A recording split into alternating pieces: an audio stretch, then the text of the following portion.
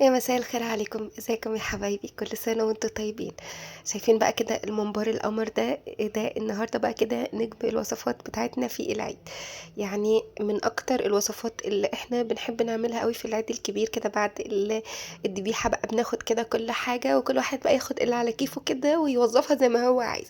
احنا هنا الممبار ده ملناش دعوة بمادي خالص، احنا النهارده هنعمله بطريقة سهلة وحشوة ولا اروع. يلا بينا نشوف الطريقة والمقادير مع بعض. انا بحب اعمله بصراحة يعني متسبك شوية، مش باحبه ني في ني، ودي طبعًا حاجة ترجع لكم، يعني كل واحد يعمل الحاجة المناسبة، بس أنا شايفة إن نوع التسبيكة بتاعتي دي أو نوع بقى خلطة البصل بقى بالبهارات بتاعته حرفيًا بتنقله لنقلة تانية. يلا بينا نشوف الطريقة والمكونات. أنا جبت البصل بقى بتاعي وكمان الخضار وابتديت إن أنا أضربهم كده في الكَبّ.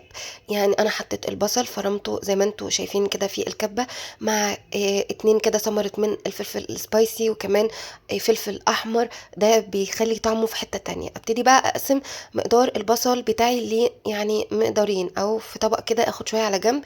ده هناخد يعني إيه زي تريكة كده إن إحنا نعمله زي إيه حتة كده ني في ني، بس أنا أصلًا في الأصل أنا هاسبّكه. أنا هاقول لكم على التريكات كلّها اللي فعلًا هتطلّع لنا أحلى خلطة ممبار محشي زي بتاع المطاعم الكبيرة والمحلات الكبيرة اللي إحنا فعلًا بندخل ناكله فيها ونقول فعلًا الممبار بتاعهم مميز. امشوا معايا على الخطوات. أنا قسمت البصل زي ما قُلت لكم كده على طبقين. الطبق الأول يعني أنا هاحطه على جنب، والطبق التاني هاخده ده بتاع التسبيكة زي التسبيكة اللي إحنا بنعملها للمحشي بالضبط. يعني امشوا كده معايا على الخطوات. السر بقى الحلو أوي اللي فعلًا هينقل طعم الممبار بتاعي حتة تانية خالص، هو نوعين البهارات اللي أنا هاستخدمهم دُولة مع الكمون والشطة بتوعي. أنا هاحط معلقة كده كبيرة من الكمون ومعلقة كبيرة من الشطة، تقدروا طبعًا تستغنوا عن الشطة لو أنتم مش عايزينه spicy يعني إيه، وكمان هاحط كمان معلقة كده صغيرة من الفلفل الأسمر، تقدروا تزودوا تقدروا تنقّصوا، ده كده حسب زي ما أنتم عايزين. وطبعًا هاحط معلقة كده صغيرة من الكزبرة. أنا عندي بقى البهارات المميزة اللي أنا هاستخدمها، أقلّبها كده مع الخلطة بتاعة البهارات بتاعتنا. أنا عندي مَيّ شيفي من توابل ال7 البهارات، وكمان توابل ويلز بتاعة المحشي، هاحط بقى كلّه كده مع بعضه وهيبقى عندنا أحلى خلطة محشي وأحلى خلطة ممبار هتدوقوها كده في حياتكم. ده بقى أنا كنت ضربت الطماطم ضرب خشن، أنا ما باصفّيهاش. أجيب بقى كده في حلة على النار وأحط فيها حبة زيت كده محترمين، تقدروا تحطوا زيت، تقدروا تحطوا كمان مع الزيت شوية سمنة. أنزل بشوية من البصل، نُص البصل الأولاني، وأضيف كده معلقة كبيرة من السكر ومعلقة كبيرة من البهارات بتاعتي اللي أنا مجهزاها، الخلطة الجبارة اللي والله حرفيًا فعلًا هتدعوا لي على التحبيشة كده دي بتاعة الممبار. خلاص كده يعني سبّكتهم كده، يعني دبلوا معايا، ما حمّرتهمش وما صفّرتهمش. أبتدي أنزل بالطماطم، طبعًا هاضيف على الطماطم صلصة علشان يبقى لونها كده أحمر وحلو. أضيف كده معلقتين 3 من الصلصة، وطبعًا ما تنسوش السكر، ده مهم جدًا طالما حطينا طماطم وطالما حطينا صلصة لازم نحط سكر عشان تعادل نسبة الحموضة معانا. أسيبها بقى كده لحد أمّا تتسبّك خالص وتبقى بالشكل الجميل اللي أنتم شايفينه قدّامكم ده كده زي تسبيكة المحشي بالضبط. في الوقت ده بقى أنا كنت جِبت الممبار، طبعًا أنا باحب أعيد عليه كده يعني علشان أضبّطه، وبعدين باخده بعد أمّا أعيد عليه باقلبه كده تحت المَيّة، وبعدين بارجع أعيد عليه تاني. يعني كل واحدة بقى وليها طريقتها في تنضيف الممبار زي ما تحبوا. المهم كده يبقى زي ما يكون شمع أبيض كده، وبانقعه بقى في ملح كده وليمون. خلطة بقى كده الممبار بتاعتي جاهزت، أحط بقى الملح بتاعتي وأضبّطها. شايفين بقى الممبار أنا هنا بعد ما نقعته بقى كده وغسلته وقلبته كده كمان تحت المَيّة، ابتدي إن أنا أجهّز بقى كده إيه تتبيلة المحشي بتاعتي معاه.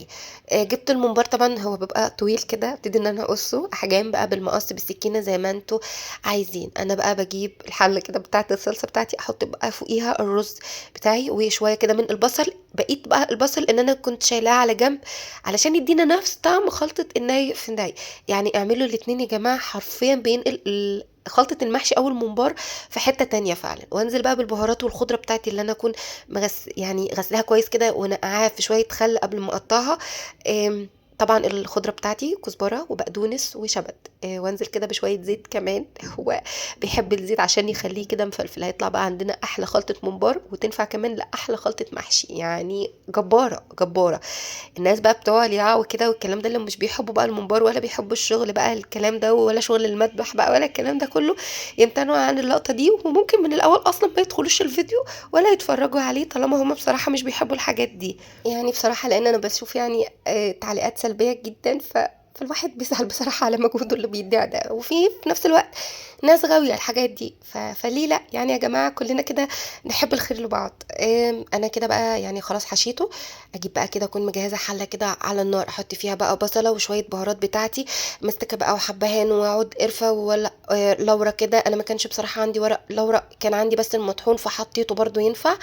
اول بقى ما المية تبتدي تغلي كده برضو اضيف ثمرة من الطماطم او طماطمايه، برضو بتدي طعم حلو قوي. ابتدي بقى كده ان انا اسقط فيها الممبار. مجرد ما انا بسقط فيها الممبار، الميه السخنه بتخلي الممبرايه من ناحيتين يقفلوا. مدة بقى التسوية بتاعتي يا جماعة عشان يبقى مظبوط حوالي ساعة الا ربع بالظبط يعني. يبتدي كده ان انا اول ما يبتدي يغلي زي الرز اوطي عليه خالص علشان ما يفرقعش. مهم جدا ان انا اوطي عليه بعد ما ياخد اول غلوة علشان ما يفرقعش. بعدها بقى كده ادهنه شوية لبن، وانزله كده في شوية زيت كده حلوين مع معلقة سمنة بلدي، واحمره يطلع لي كده احلى ممبار قمر بطعم وريحة جبارة يا جماعة.